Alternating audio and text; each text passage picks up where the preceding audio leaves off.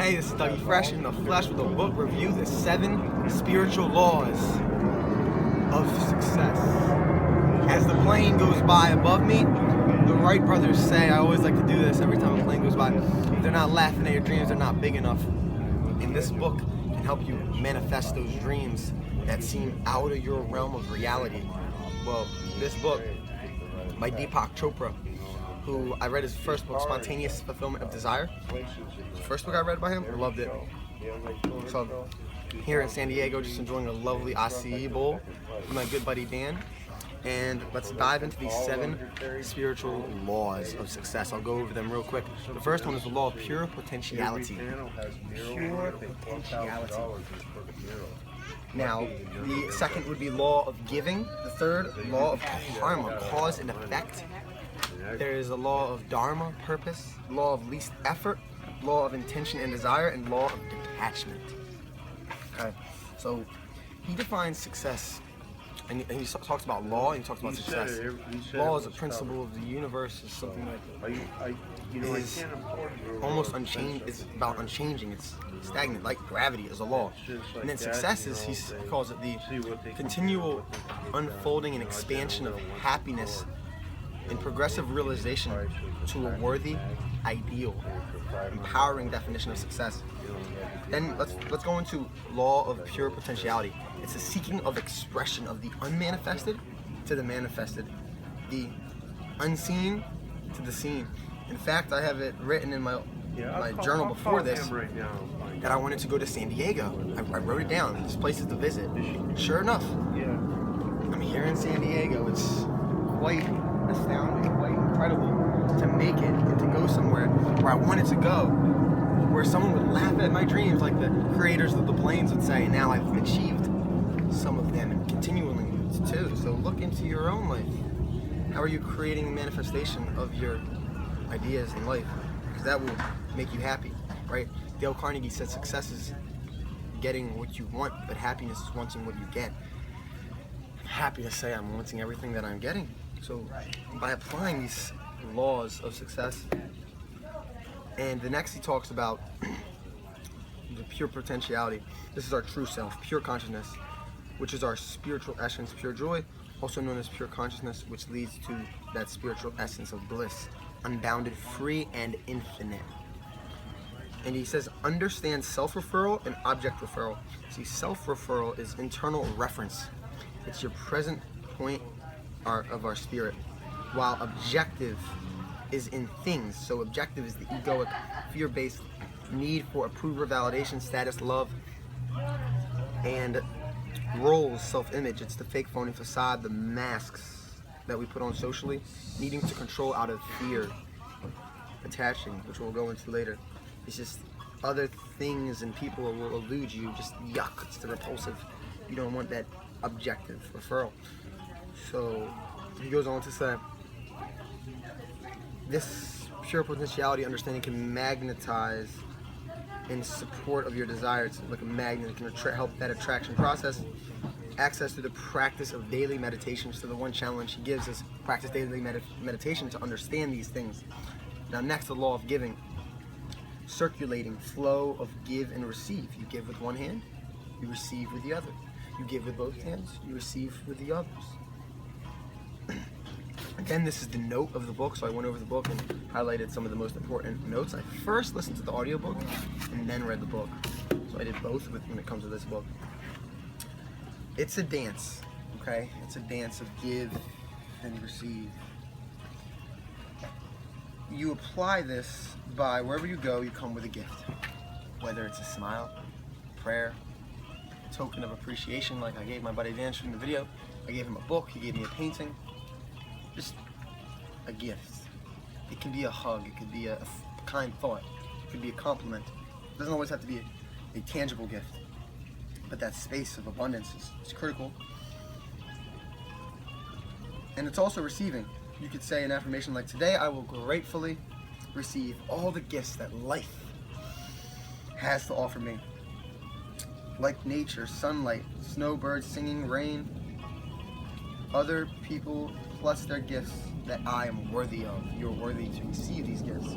Okay, the next law of karma or cause and effect. I want to spend a little bit of time on this because everything that is in your life right now, you've attracted it.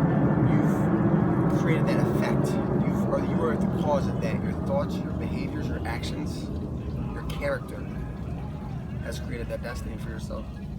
But it will in the future as well, so you have the power to change that. How empowering.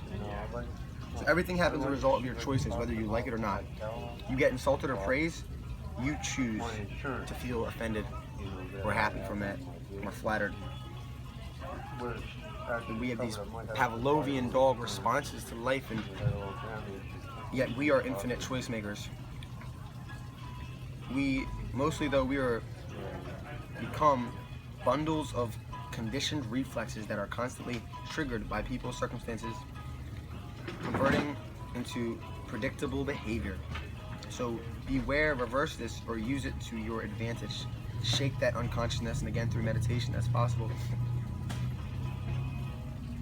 Ask first, what are the consequences of this choice I'm now making?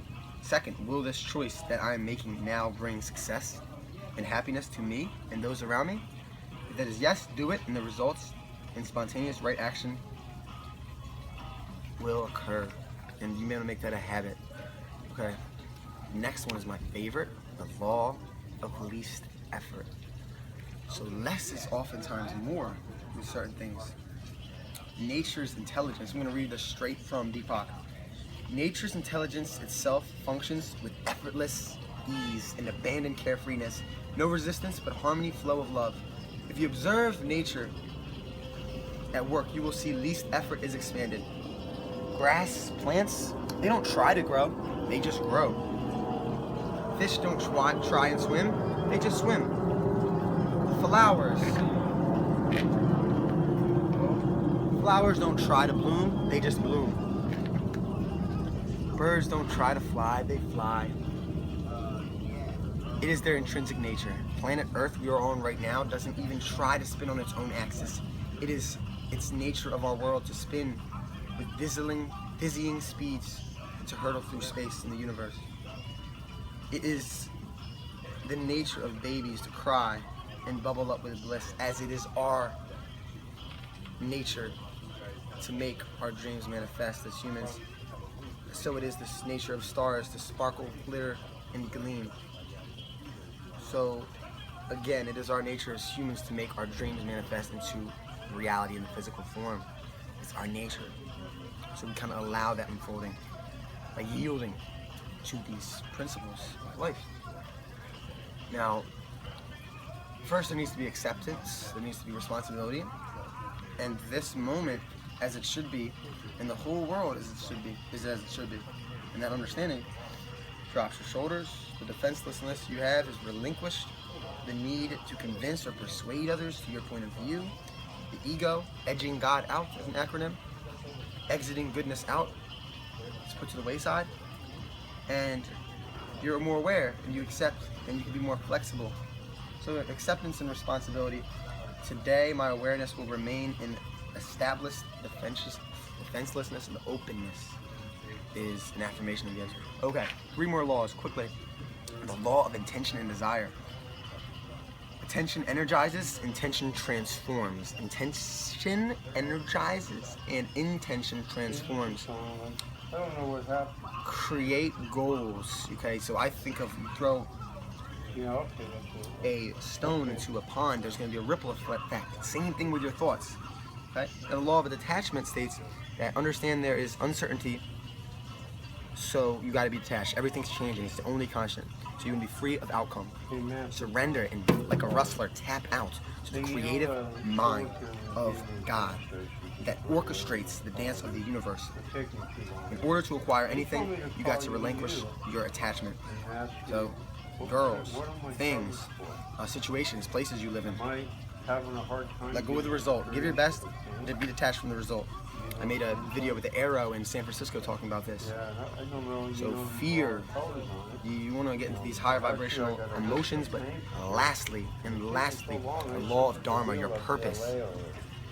Intent, freedom from outcome was down the foot, a scratch on the right. is the secret to life. But, Okay, blend your uniqueness to serve others with your discovering of your true self and gifts. Express and expand your special talents and see how you can serve and what you're good at and what the world needs, and you want to infuse all these your purpose. So what if this was a magic wand and I waved it and you had all the money in the world, all the time in the world, it's sparkling, it's glittering, it's gleaming and glowing, and you've already traveled all the places in the world you want to be, you've already gave all the money you wanted to give to charities. What would you then do with your life?